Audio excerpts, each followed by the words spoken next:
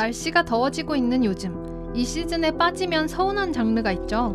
바로 미스터리 스릴러인데요. 오늘도 심장 쫄깃한 스릴러 한 편을 가져왔습니다. 이 이야기는 미국에 있는 오래된 놀이동산을 배경으로 펼쳐집니다. 그럼 시작해볼까요? 엘러리의 엄마는 진통제 과다 복용 후 교통사고를 내고 법원에서 재활치료 16주를 선고받았고, 미성년자인 엘러리는 남아있는 유일한 가족, 할머니가 계신 지역으로 보내집니다. 할머니가 살고 계신 마을에는 할로윈 컨셉의 놀이공원이 하나 있었는데 머더랜드라는 곳입니다. 5년 전 이곳에선 끔찍한 사건이 일어났어요. 그 지역 고등학교 학생인 소녀 한 명이 목이 졸린 채 시체로 발견된 거죠.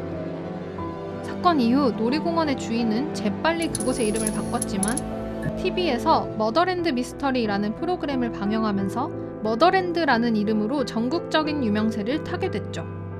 엘러리는 할머니와 함께 5년 전에 죽은 소녀 레이시 킬더프 추모 행사에 참석합니다. 소녀의 이름으로 장학금을 만들어 지역의 형편이 어려운 학생들을 돕는 행사였죠. 그런데 한순간 행사장이 고요해지고 호란의 사람들이 모두 한 곳을 바라봅니다. 그 시선의 끝에는 멜컴이 있었습니다. 바로 머더랜드 사건 용의자의 남동생이었죠. 멜컴의 형은 당시 죽은 소녀의 남자친구였고 살인 용의자로 의심을 받았지만 그가 살인자라는 증거는 없었습니다.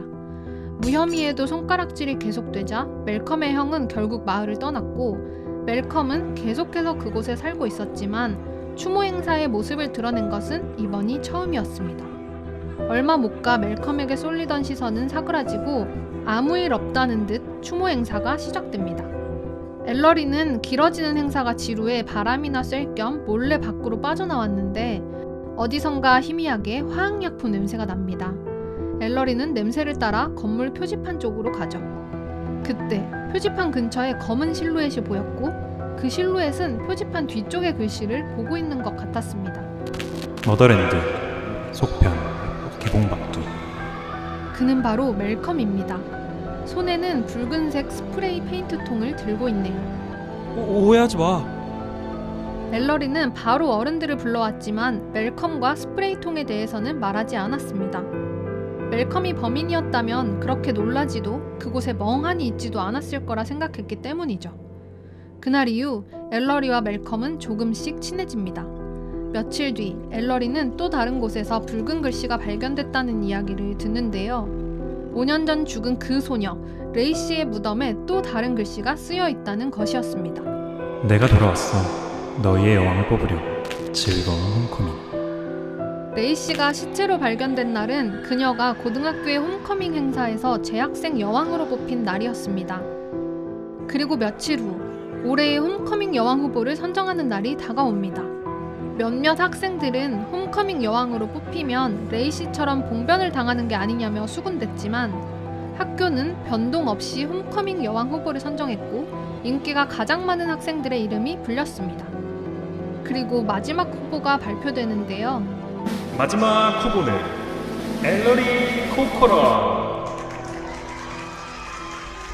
다음날 아침, 멜컴은 학교 복도에 들어서자마자 심상치 않은 분위기를 느낍니다.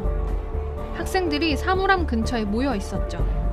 몰래 침입했나봐.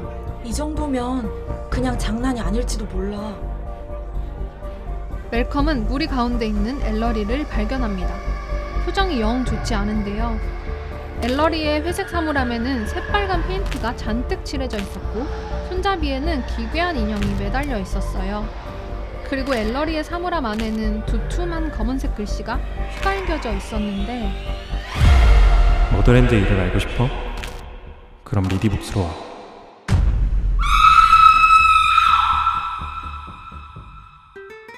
오늘 소개해드린 작품은 미궁 속으로 빠진 살인사건과 정체를 알 수 없는 붉은 글씨가 계속해서 으스스함과 궁금함을 자아내는 그런 작품인데요. 저는 책을 읽는 동안 마치 넷플릭스 미드를 한 편 보는 것 같아 중간중간 숨이 턱턱 막히더라고요. 계속해서 이상한 사건이 일어나는 마을, 그리고 머더랜드에 끝나지 않는 악몽. 엘러리와 멜컴은 어떻게 될까요? 캐런 맥매너스의 두 사람의 비밀이었습니다. 그럼 다음 시간에 만나요. 안녕.